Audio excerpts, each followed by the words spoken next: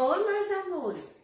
Tia Pretinha trouxe mais hora para vocês. Esse é o mês do São João. É um mês muito animado, com muita fogueira e muito balão. Só que temos que ter muito cuidado. Agora não pode fazer isso mais não. A fogueira vai ficar apagada, infelizmente, na noite de São João. Porque com a fogueira acesa, você pode prejudicar o seu irmão. Então, não acenda a fogueira e nem solte balão. Mas mesmo assim, hoje, tia vai falar sobre a origem do São João.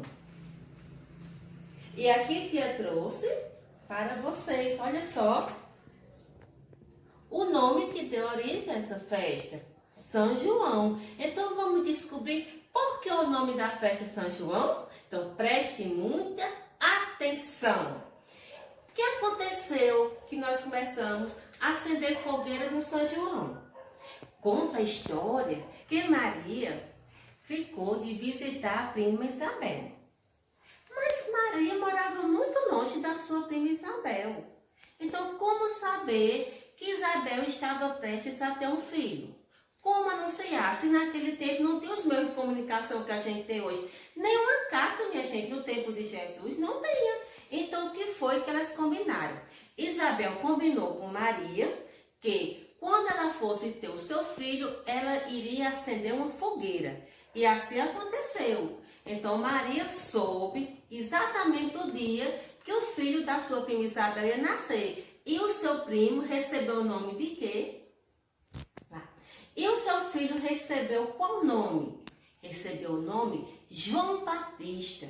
Então, como foi feita a fogueira para anunciar o nascimento de João Batista, ficou então combinado o quê entre as pessoas? O que foi que as pessoas resolveram fazer? Daí surgiu a tradição. Toda noite de São João, as pessoas acendem a fogueira para lembrar o nascimento de João Batista, o filho de Isabel, Isabel que era prima de Maria, a mãe de Jesus.